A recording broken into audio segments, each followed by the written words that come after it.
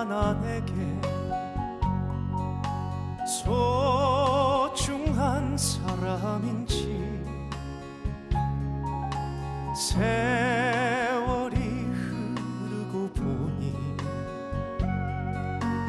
이제 알 것 같아요. 당신이 얼마나 내게 필요한 사람인지 세월이 지나고 보니 이제 알 것 같아요. 밤하늘에 빛나는 별빛 같은 나의 사랑아, 당신은 나의 영원한 사랑. 사랑해요, 사랑해요. 날 믿고 따라준 사람 고마워요. 행복합니다. 왜 이리 눈물이 나요?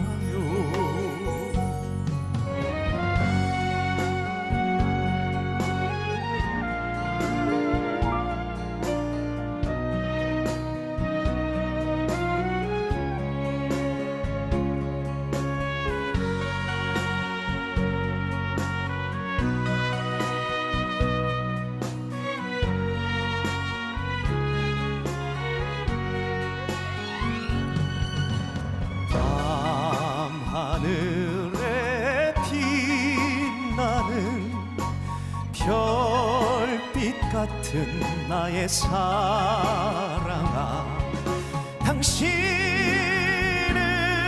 나의 영원한 사랑.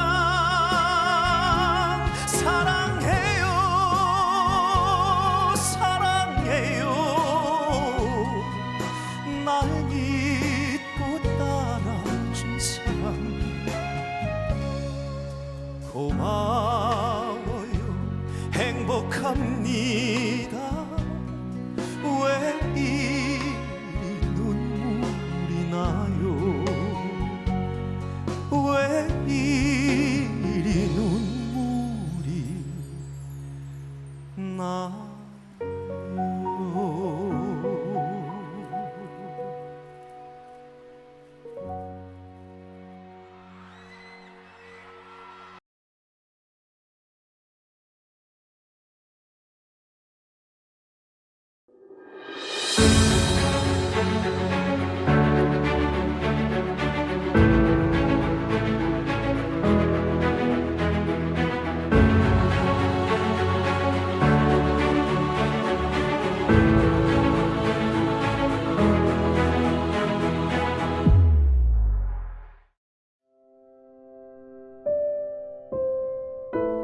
(1959년) 정읍의 한 시골 마을에서 태어난 종지는 어려서부터 약한 몸을 가지고 태어난 탓인지 성격이 매우 까칠했고 폭력성이 강했다.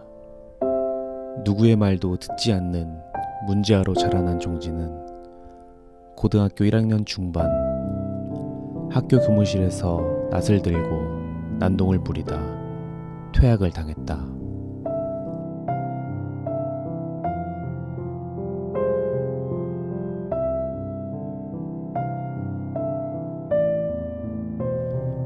어딜 가든 문제를 일으키는 종진을 반기는 사람은 없었다.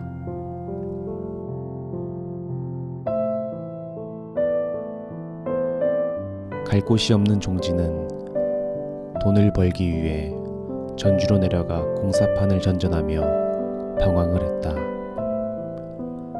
한날은 친구 자취방에서 라디오를 듣고 있는데 입학만 하면 졸업장을 주는 고등학교 광고를 듣고 이번엔 똑바로 살아보자는 마음으로 그 학교에 입학하게 되었다.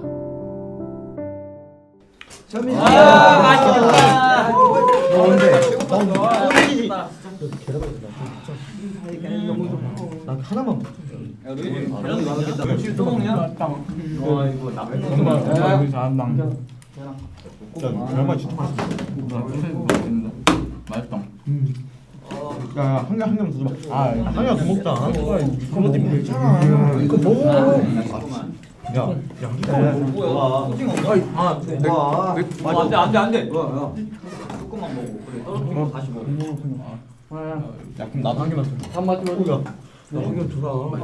여기 강문지 맛있는데 한번 먹어봐. 아이씨 뭐야 이거 야 장난해? 아이씨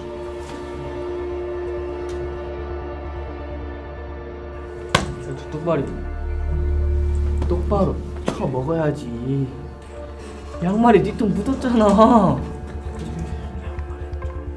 야 병신아 교실에서 역겨운 김치 냄새 풍기지 말라고 새끼야.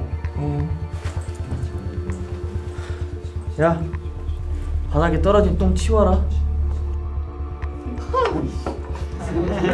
나 진짜. 야 아니지 손으로 하지 말고 입으로 해야지. 그래야 재밌지. 찌질 새끼야.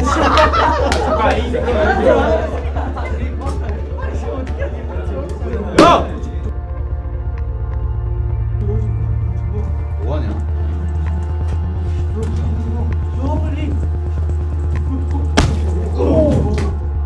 일어나! 정신아 야 괜찮아 하지마. 야, 넌 저 새끼가 하란다고 하냐? 네가 맨날 그러니까 저런 새끼랑 놀림을 당하는 거야. 정신 차려 임마! 병신 새끼들 쌍으로 쳐들고 있네. 정신아 한 놈은 개깡패 새끼 한 놈은 저쪽 봐. 다 했냐?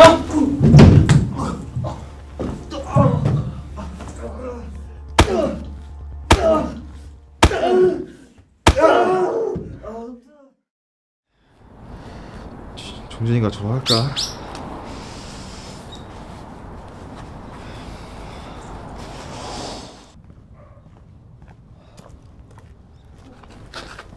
종진아. 뭐냐? 그게 여기 고맙다. 야, 내일도 주냐? 내일? 농담이야 임마. 만두나 먹으러 가자. 좋지. 네가 하는 거다. 당연하지. 전주예술고등학교 졸업 후 종진은 군에 입대를 하고 제대 후에도 깡패 생활은 계속되었다.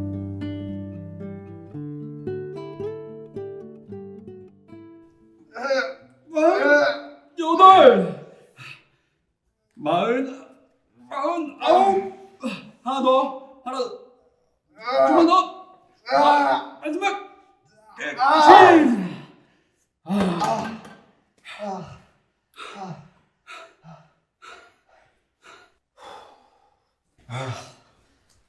야 수고 많았다.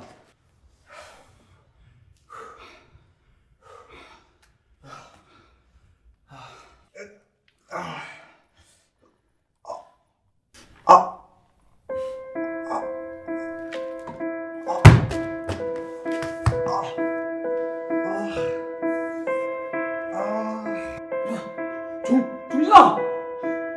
야 종진아! 야 박종진! 야 종진아 괜찮아? 야 박종진! 야 박종진 괜찮아? 머리 아파? 아 종진아 진짜 괜찮냐? 야 두통약 하나 먹어.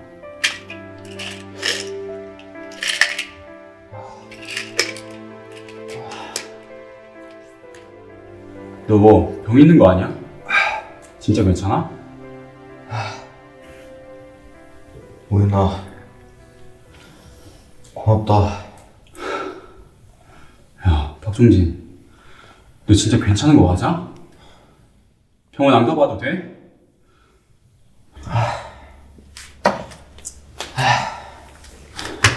내가 군대 있을 때 거기 짜증나는 서미 새끼한테 개기다가 개머리 풀어 머리를 한 대 후려받았어. 그때부터 머리가 한 번씩 미치도록 아파. 야, 박종진, 야, 네 인생도 진짜 아슬아슬하다. 야, 고등학교 때 한번 생각해봐라. 새우잡이 왜 팔려갔다가 겨우 살아오고 이번에 군대에서까지냐? 너 이번에 죽었으면. 야, 홍우윤, 남자가 한 번 죽지 두 번 죽냐? 야, 종진아, 너 그런 거 아니고 나랑 같이 우리 교회 한번 와볼래? 뭐? 교회? 왜? 너 손봐줄 사람이야? 아니, 나랑 같이 하나님 좀 믿어보자.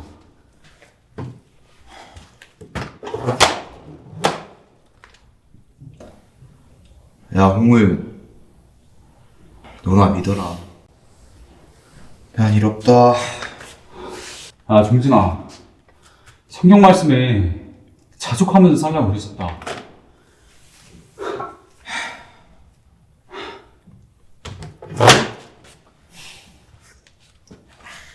야, 박종진, 너 그러다 진짜 큰일 나.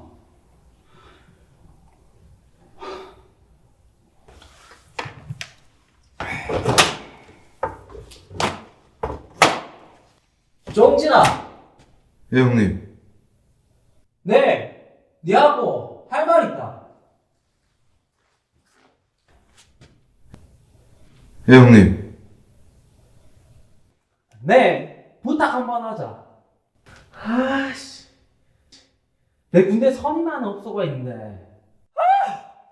근데 그 쌍용파 새끼들이 자꾸 와갖고 난리를 지긴다 않카나. 내보고 도와달라고 하는데 내가 좀 끼기는 그렇고 네가 거기 가서 앉아만 있어라. 막 그러면 어쩌지는 못할 끼다. 뭐 월급도 섭섭지 않게 준다 하니까 오늘 밤에 안 가봐라.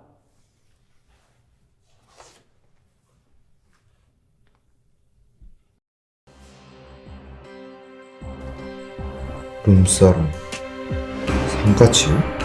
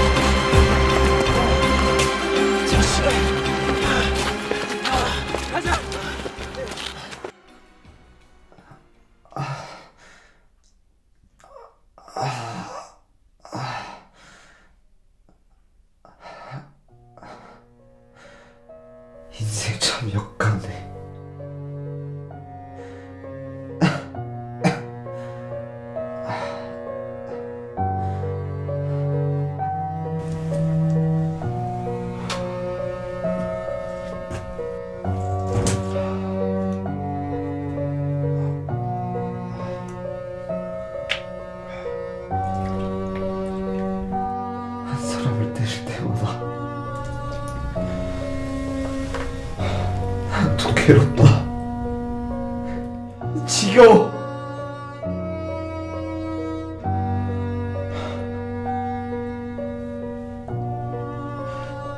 수강아, 이 밑바닥 같은 인생에서 건져왔으면 좋겠어. 야 박정재, 언제까지 그렇게 살래? 언제까지?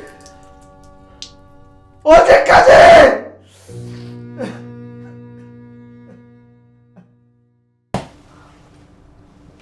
아싸 고돌이 입장 봐라. 오셨습니다.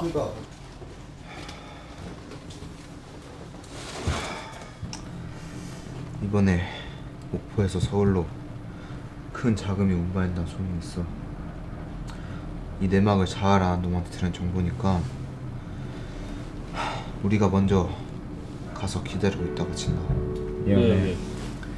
영철이, 예 형님. 너 애들 20명 정도 모으고 예 형님. 소문 새어나가지 않도록 입단속 잘하고. 예 형님. 형님 근데 운반 책임자는 누굽니까? 쌍칼. 쌍칼요. 와, 나 그 엄청난 놈이나 들었는데 회를 잘 썬다는. 철아, 무섭냐? 아니 뭐 무섭다는 거 아니고 그냥 그렇다는 거. 싸움은 몸으로 한다고 생각하지만 진짜는 여기 머리로 하는 거야. 판은 내가 짠다. 예 형님. 조만간 그 계획 알려줄 거니까 바짝 엎드려 있어. 예 형님. 이 일만 잘 되면 우리 중국으로 뜬다. 중국이요. 중국. 네. 중국. 다시는 한국으로 안 올 거야. 중국으로. 중국. 중국이 어딘데요? 아, 이 새끼 쓸데없는 소리 하면 빨리 일어나. 형님. 그럼 저희는 동네 한 바퀴 돌고 오겠습니다 형님. 그래. 죽으시오 형님. 수고하십시오. 형님 칼났습니다. 뭐야? 행님을 죽이겠다고 목포에서 쌍칼에 아무들 잔뜩 데리고 올라오고 있다더니요. 겉배가 놀라갖고 뛰어오더라고요. 형님 그럴 때 아니에요. 쌍칼은 다른 놈과 달라요 형님. 일단 여기 우리한테 맡기고 얼른 도망가요 형님. 얼른. 형님 우리 대과인 게 꼭 살아있으셔.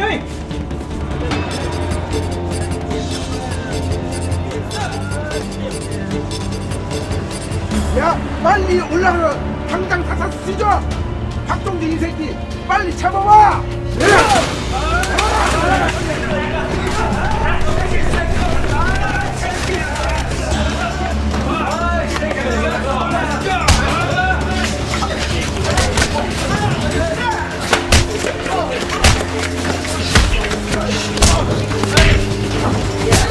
박동재 이 새끼 엄청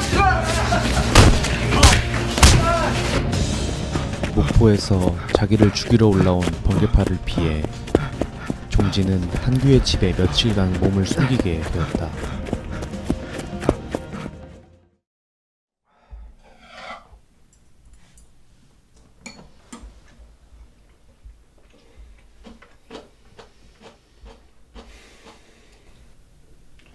한규야. 응? 넌 날 왜 좋아하냐? 알고 싶냐?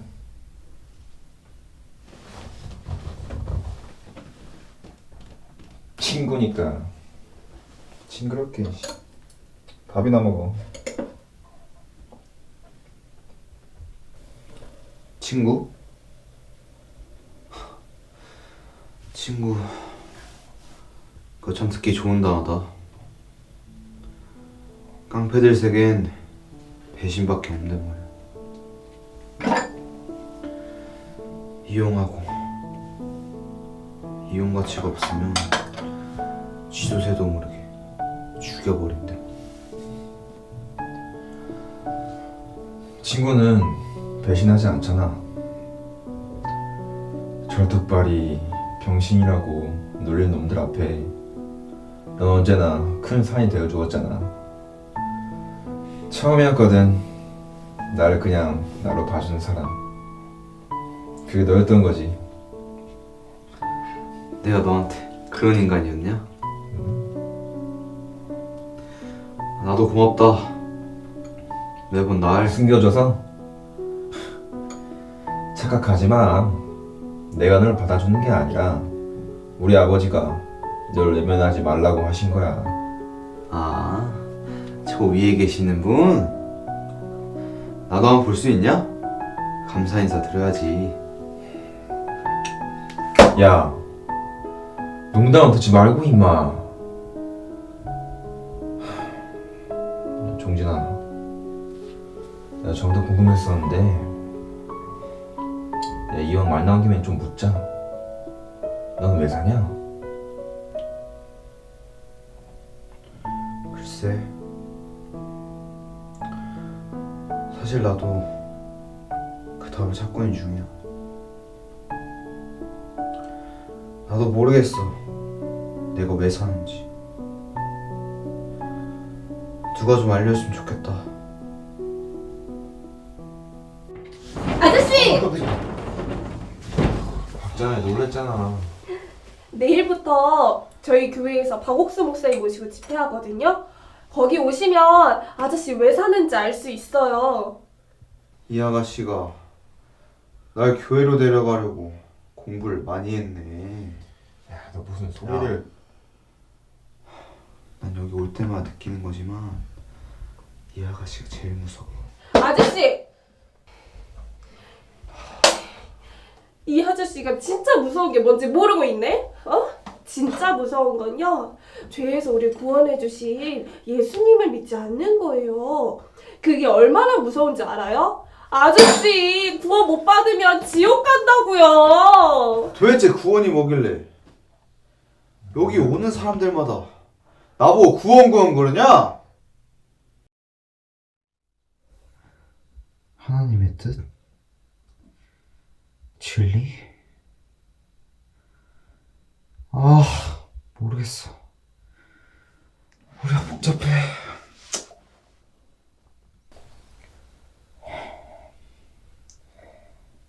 한규가 말하는 하나님이 진짜 있는 건가?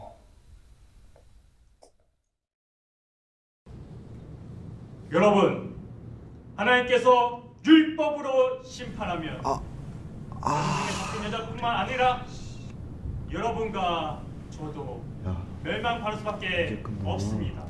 좀만 참아. 우리는 다 죄가 있는 자들입니다. 하지만 주님이 가늠한 여자에게 내가 너를 정죄하지 않는다 하는 그 말씀이 주님이 제게 하는 말씀으로 믿어졌습니다. 맞습니다. 그래, 예수님이 저를 죄 없는 사람이 어딨어? 정죄하지 않는다고 하셨습니다. 예수님이 저를 깨끗하다고 하셨습니다. 예수님이 저를 의롭다고 하셨습니다. 할렐루야. 오늘 말씀은 여기까지 마치겠습니다. 자, 모두 눈을 감아 주십시오. 하나님께 기도드리겠습니다. 하나님 아버지, 저는 죄인입니다. 이 죄를 용서받고 싶습니다 하시는 분, 마음속에 죄가 있는 분은 오른손을 들어주십시오. 죄하면 나지.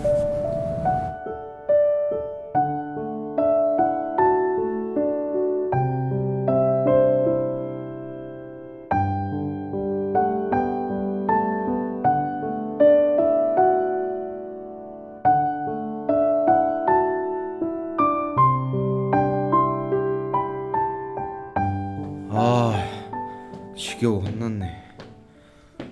술이나 먹으러 가자. 예수님이 저를 정죄하지 않는다고 하셨습니다. 예수님이 저를 깨끗하다고 하셨습니다. 예수님이 저를 의롭다고 하셨습니다. 예수님이 날 정죄하지 않는다고? 나처럼 죄만 인간에게 의롭게 됐다고? 죄가 없다. 죄가 없다. 아, 죄가 없구나. 내 죄가 없어. 예수님이 2000년 전에 이미 내 모든 죄를 가져가셨구나.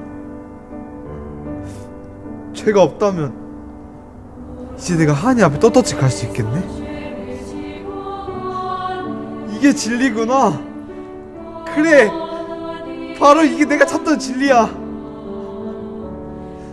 하나님은 그렇게 하셔야지. 그래야 하나님이지. 만일 나한테 종신아, 죄를 짓지 말고 와야 한다 했으면 나는 절대로 갈 수 없었을 테니까. 하나님이면 내 죄를 다 없애놓고 오라고 하셔야지. 아, 하나님 은혜가 아니면 난 절대로 안 되는 놈이니까. 이제 박종진, 나도 의지다. 아멘. 할렐루야. 아!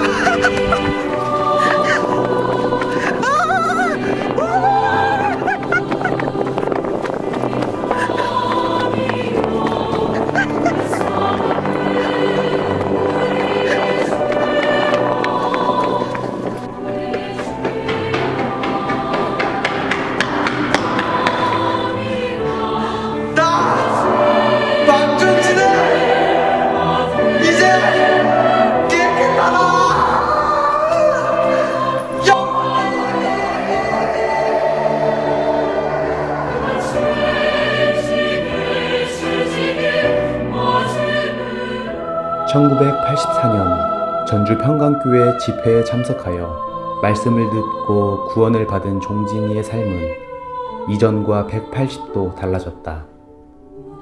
매일 깽판 치며 주먹질하는 데 쓰여졌던 손으로 성경을 펴서 읽기 시작했고, 술 마시고 험한 말을 뱉던 입으로 사람들에게 복음을 전하기 시작했다.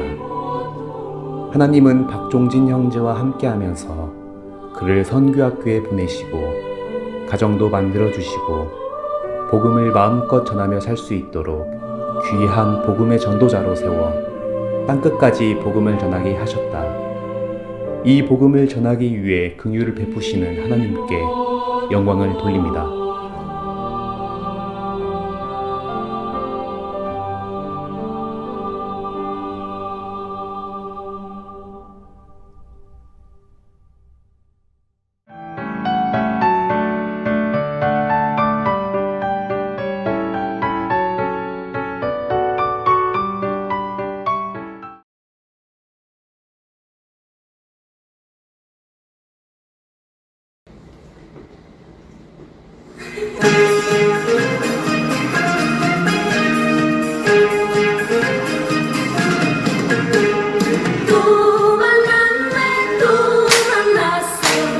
약속한 그 사람, 약속이나 한 것처럼 또 만났네.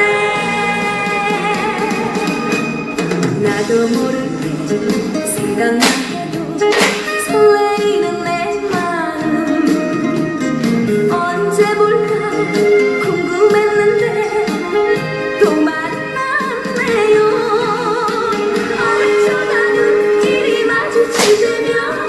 자꾸만 가슴이 두근거리네. 그 언제쯤 말 붙일까. 때가 되면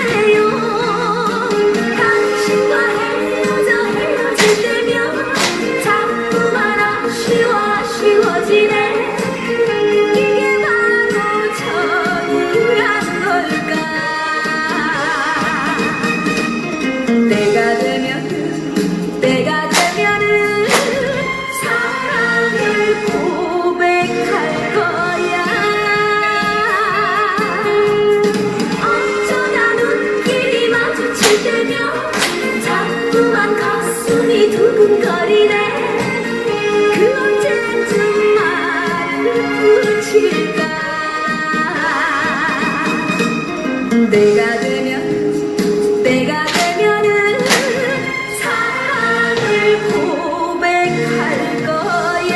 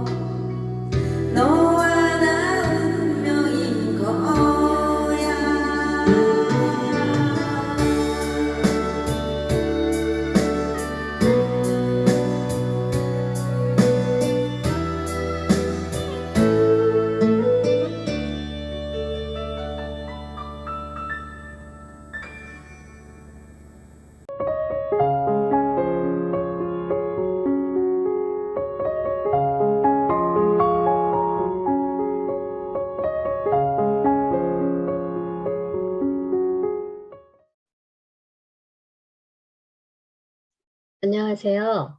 오늘 마인드 시간에는 확신이라는 주제를 가지고 여러분과 이야기를 나누어 보려고 합니다. 자, 강연을 시작하기 앞서 동화 한 편을 같이 보시겠습니다. 깊은 산 속 외딴 마을에 홀로 된 어머니와 두 형제가 살고 있었습니다. 형편은 가난했지만 서로의 사랑 속에 행복하게 살았습니다. 그러던 어느 추운 겨울밤, 오랫동안 병을 앓아온 어머니가 갑자기 세상을 떠나고 말았습니다. 며칠 후 어머니가 돌아가신 슬픔이 채 가시기도 전에 형은 결심을 했습니다. 성일아, 우리 이곳을 떠나자. 뭐? 싫어. 난 여기서 살래. 성일아, 여기는 안 돼. 이 동네는 다들 가난해서 아무도 우리를 도와주지 않을 거야. 우리 잘 사는 동네로 가자. 거기서 우리가 도움을 입고 살자. 형, 꼭 가야 해? 성일아, 형 말 들어. 여기서 굶어 죽는 것보다는 나을 거야. 형의 완고한 태도에 동생은 어쩔 수 없이 형의 결정을 따르기로 했습니다. 아무런 기약도 없이 그들은 정든 마을을 떠나기로 했습니다. 동네 사람들은 아무도 그들을 잡지 못했습니다. 그들 역시 가난했기 때문입니다. 다만 두 형제가 행복하기만을 바랬습니다.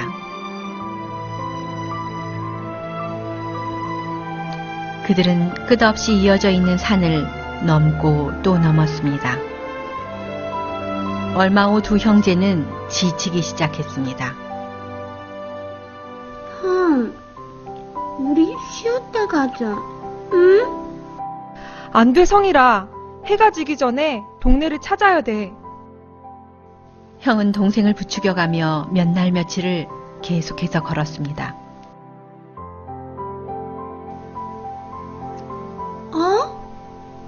형! 저기 좀 봐! 마을이야! 그들이 있는 산을 중심으로 양옆에 동네가 있었습니다. 한참을 보다가 형이 입을 열었습니다. 성일아, 내 말 잘 들어? 우리는 여기서 헤어져야 해. 그게 무슨 말이야? 난 형하고 같이 갈 거야. 성일아, 형 말 들어. 우리가 헤어져도 아주 헤어지는 것은 아니야. 아무리 부잣집이라 해도 우리 둘을 다 받아줄 집은 없을 거야. 다행히 동네가 두 군데가 있으니 한 군데씩 가기로 하자. 알았어, 형. 성일아, 이쪽 동네에서는 흰 연기가 올라오고 저쪽 동네에서는 검은 연기가 올라오는 것을 보니 저쪽 동네가 부자 동네인 것 같아. 그곳으로 네가 가라. 그리고 우리 1년 뒤에 여기서 만나자. 결국 형과 동생은 부둥켜 안고 슬피 울다가 1년 후를 기약하면서 헤어졌습니다. 흰 연기가 오르는 동네는 가난한 동네이고 검은 연기가 오르는 동네는 부잣집 동네라고 생각했던 형의 생각을 따라 헤어진 것입니다. 얼마 후 형은 흰 연기가 오르는 동네 중에서 가장 큰 집에 찾아가 주인에게 자기를 종으로 삼아달라고 애원했습니다. 그렇게 형은 그 집 종이 되었습니다. 주인은 성실히 일하는 형을 기뻐했습니다. 반년이 지날 즈음 주인이 형을 불렀습니다. 내가 여기 들어온 지 벌써 반년이 지났구나. 주인님 덕분에 이렇게 따뜻하고 배고프지 않게 지내왔습니다. 감사합니다. 그래, 너도 보다시피 우리 집은 부족함 없이 넉넉히 살고 있지. 하지만 이 부족할 것 없는 생활 속에서도 우리에겐 정작 자식이 없구나. 주인님께서도 건강한 자식이 생길 것입니다. 너무 걱정하지 마십시오. 내가 너를 쭉 지켜보면서 든 마음이 있구나. 그게 뭡니까? 난 네가 이 집의 아들이 되어주면 좋겠다는 생각이 들었단다. 네? 형은 너무나 기뻤습니다. 그리고 동생을 생각하니 더욱 기뻤습니다. 형은 그렇게 양아들이 된 집에서 행복한 나날을 보냈습니다. 세월은 흘러 어느덧 1년이 지났습니다. 형은 동생을 만나러 가기 전에 양아버지에게 동생에 대해 얘기했습니다. 형 얘기를 들은 양아버지는 매우 기뻐하면서 할 수만 있으면 동생도 데리고 오라고 했습니다. 형은 뛸 듯이 기뻤습니다. 몇 번이고 양아버지에게 고맙다고 절을 한 형은 동생과 약속한 장소로 갔습니다. 약속 장소에 이르렀을 때쯤 길가에 누군가 쓰러져 있었습니다. 형은 쓰러져 있는 그쪽으로 가까이 다가갔습니다. 형은 깜짝 놀랐습니다. 그 사람은 바로 자신이 그토록 만나고 싶었던 동생이었습니다. 성일아! 성일아! 정신 차려봐, 성일아! 동생은 힘없는 소리로 말했습니다. 형, 이거 먹어. 새알이야. 형 주려고 안 먹고 가져왔어. 형, 배고프지? 먹어. 난 괜찮아. 난 날마다 형 걱정했어. 난 밥을 먹을 수 있었지만 형은 가난한 동네에 가서 많이 굶었지. 형은 다를 대로 다른 옷을 입고 허기에 지친 동생을 보며 통곡했습니다. 자신의 판단이 틀린 것을 깨달았기 때문입니다. 검은 연기가 난 동네는 모두들 가난했기 때문에 나쁜 땔감으로 불을 피웠지만 하얀 연기가 난 곳은 부자들이 사는 동네라 좋은 땔감으로 불을 피웠던 것입니다. 사람이 보기에 바른 길이 결코 행복한 길이 아닙니다. 우리는 얼마든지 잘못 판단할 수 있기 때문입니다. 네, 잘 보셨나요? 서로를 깊이 생각하는 형과 동생의 우애가 진한 감동을 주는 동화입니다. 하얀 연기가 올라오는 마을을 못 사는 마을이라 확신한 형은 동생에게 검은 연기가 올라오는 잘 사는 마을로 가게 했습니다. 동생이 잘 살길 바라는 마음으로 형은 그렇게 하였던 것이지요. 그러나 형의 확신과는 다른 결과를 맞이하게 되었습니다. 동생이 형을 만나기 전까지 어떻게 살았을지 상상이 가시지요. 여러분, 우리는 이 세상을 살아가면서 자신의 생각과 다른 결과를 맞이하게 되는 경우가 발생하곤 하는데요. 눈에 보이는 것으로 판단의 근거를 삼고 확신하기 때문입니다. 형이 자신의 선택한 길이 혹시 틀리지는 않았는지 어린 동생이 사는 마을에 가서 동생이 어떻게 살고 있는지 한 번쯤 살펴보았다면 동생의 고통의 시간을 조금 더 빨리 벗어날 수 있게 하지 않았을까 하는 생각이 들어지네요. 형은 자신이 하얀 연기가 올라오는 못 사는 동네로 와서 이 정도로 잘 사는데 동생은 잘 사는 동네로 갔으니 잘 지내고 있을 거야 하고 확신을 했던 것입니다. 그러나 사실은 그렇지 않았습니다. 자, 그럼 이야기를 하나 더 준비했는데요. 제목은 아마존 강입니다. 작은 배 한 척이 항해를 떠났습니다. 그런데 항해가 계획한 일정대로 되지 않고 길어져서 식수가 바닥이 나버렸습니다. 선원들은 목이 말라 죽을 것 같은 형편이 되자 서로 불평을 하고 원망을 하고 있었습니다. 그때 저 멀리에서 커다란 배가 보였습니다. 선원들은 물이 떨어져 며칠째 물을 먹지 못해 죽을 지경입니다. 제발 물 좀 주세요 하고 힘껏 소리를 쳤습니다. 그러자 큰 배에 있던 사람들이 웃으며 말했습니다. 배 밑에 있는 물을 퍼서 마셔요 하고는 물은 주지 않고 그냥 지나쳐 가버렸습니다. 작은 배의 선원들은 큰 배가 보여서 이제 살았구나 하고 잔뜩 기대를 하고 있다가 큰 배가 그냥 지나가 버리니 야속하고 원통하기 짝이 없었습니다.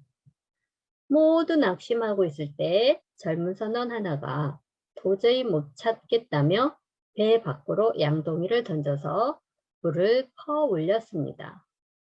다른 선원들이 모두 그 젊은 선원을 말렸습니다.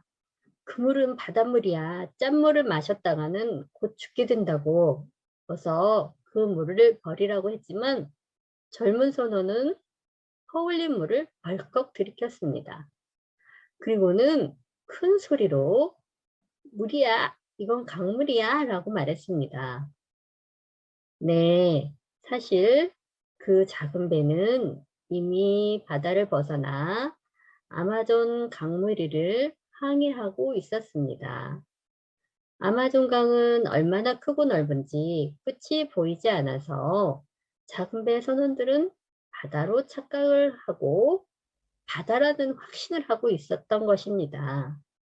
큰 배의 사람들은 아마존 강이라는 걸 알고 있었기 때문에 배 밑에 있는 물을 퍼서 마시라고 이야기를 했던 거지요.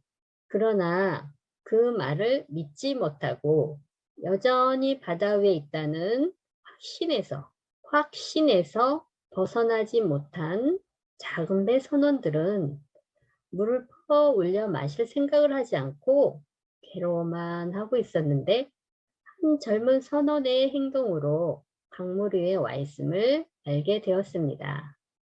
이렇듯 사람은 자신의 확신 속에서 생각에 빠져 있으면 그곳에서 빠져나오기가 무척 힘이 듭니다. 그 생각에서 빠져나오려면 이렇듯 사람은 자신의 확신 속에서 생각에 빠져 있으면 그곳에서 벗어나는 것은 좀처럼 쉬운 일이 아닙니다. 그 생각에서 빠져나오려면 물을 만한 사람에게 묻고 지혜를 빌려야 합니다. 작은 배의 선원들은 큰 배의 사람들이 배 밑에 물을 퍼서 마시라고 했을 때 자기들의 생각으로는 이해가 되지 않지만 그래도 조금의 물이라도 떠서 맛보았다면 목마름에 힘겨운 시간에서 보다 빨리 벗어날 수 있었을 것입니다. 여러분, 수영을 못하는 사람이 물에 빠져서 발버둥을 치고 있을 때 물 밖에서 누가 그를 조금만 끌어당겨주면 쉽게 나올 수 있듯이 누군가의 말을 듣고 이끌림을 받아야만 자신의 확신 속 안에서의 생각으로부터 빠져나올 수 있습니다. 우리 마음을 어둡고 괴롭게 하여 마음을 단단한 자신의 생각으로 확신 안에 가두는 것 중에는 죄를 감각하는 마음이 있습니다. 여러분, 이 죄라는 것이 무엇인지 성경은 자세하게 설명을 해주고 있습니다. 로마서 5장 12절에 이러므로 한 사람으로 말미암아 죄가 세상에 들어오고 죄로 말미암아 사망이 왔다 라고 이야기하고 있습니다. 세상에 죄가 들어왔고 이 죄로 말미암아 사망이 임하게 되었습니다. 사망은 모든 사람을 정복해 왔습니다.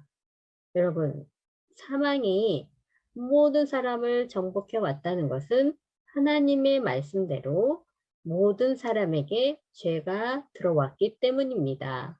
성경은 죄로 말미암아 사망이 왔고 죄의 싹은 사망이라고 이야기를 하고 있습니다.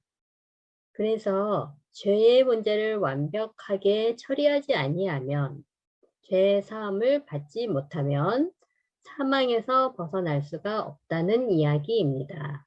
히브리서 9장 27절에 한 번 죽는 것은 사람에게 정하신 것이요 그 후에는 심판이 있으리니 하고 기록되어 있습니다.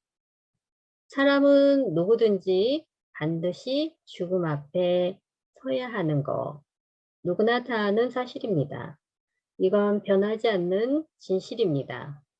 그런데 죽음은 끝이 아니기 때문에 그 후가 문제입니다. 사람들은 영혼이 육체를 떠날 때 영혼이 가야 할 길을 정확하게 모르기에 죽음을 맞이할 때 두려워하고 불안해하고 후회를 합니다. 내 영혼이 육체를 떠날 때 어디로 가는지 어떻게 알 수가 있을까요? 그건 우리 육체와 영혼을 지으신 창조주 하나님 말씀을 통해서 정확하게 알 수 있습니다. 성경은 내 영혼이 육체를 떠나게 되면 영혼의 주인이신 하나님 앞에 서게 되고 하나님의 심판을 받는다고 이야기를 합니다. 하늘나라에는 죄를 가지고는 절대로 들어갈 수 없습니다. 여러분, 하나님은 우리 영혼을 사랑하시지만 죄는 사랑하지 않습니다. 사랑하는 사람이 큰 병에 걸렸다면 생명을 위협하는 원인인 병원균을 무슨 수를 써서라도 반드시 없애주고 싶은 것이 사랑이지요. 하나님은 우리 영혼을 사랑하시지만 우리의 죄를 사랑하지는 않는다고 했습니다. 하나님은 우리 영혼을 파멸과 멸망으로 이끌어가는 죄를 어떻게 해서든지 없애주기를 원하십니다. 우리 영혼은 하나님으로부터 왔습니다. 하나님은 우리의 영혼을 구원하기 위하여, 우리의 영혼을 살리기 위하여 하나님으로서 하실 수 있는 모든 일을 하십니다. 우리 영혼은 영원하신 하나님께로부터 왔기 때문에 영혼은 절대로 없어지지 않습니다. 내 영혼이 육체 안에 있다가 육체를 떠나면 가야 할 곳, 천국과 지옥 두 곳 중에 천국을 가든지 지옥을 가든지 반드시 가야 합니다. 성경에서 말하는 죽음은 소멸을 의미하는 것이 아니고 분리라는 뜻입니다. 성경은 하나님을 떠나 자기를 믿고 자기 생각, 자기 판단을 따라 사는 이것을 죄라고 합니다. 자기의 생각, 자기의 판단, 자기의 길이 사망으로 가는 길인 걸 깨닫고 자신의 생각을 부인하고 하나님께로 돌아오는 이 돌이킴을 회개라고 합니다. 그리고 내 생각을 버리고 나를 부인하고 하나님께로 돌아와서 하나님의 마음을 받아들이고 하나님과 같은 한 마음이 되어 하나님의 말씀만을 받아들이는 것을 믿음이라고 합니다.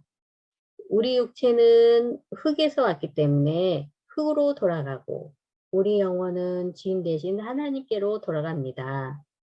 그리고 하나님 앞에 서서 심판을 받습니다. 내 영혼이 어떻게 되는지 정확하게 아는 건 굉장히 중요한 일입니다.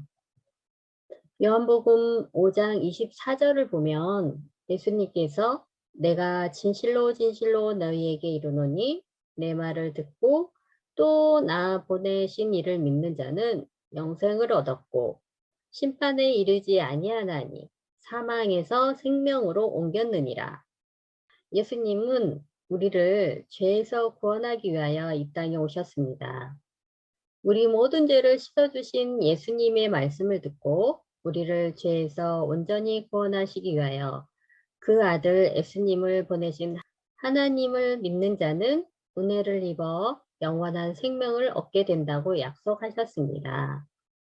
요한복음 6장 47절 진실로 진실로 너희에게 이르노니 믿는 자는 영생을 가졌나니 말씀을 듣고 믿을 때 이미 영생을 얻었다고 말씀하고 계십니다. 예수님이 우리의 모든 죄를 씻어 놓으신 이 말씀을 듣고 믿을 때 영원한 생명을 확실하게 얻게 됩니다.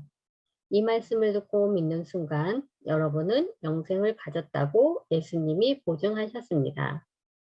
앞에서 봤던 두 갈래의 길 동화에서 동생을 생각하는 형이 하얀 연기가 올라오는 마을을 못 사는 마을이라 확신을 하고 선택한 후 동생에게는 검은 연기가 올라오는 마을로 가서 잘 살도록 하였지만 결국 형의 확신과는 다른 결과를 맞이하게 되었습니다.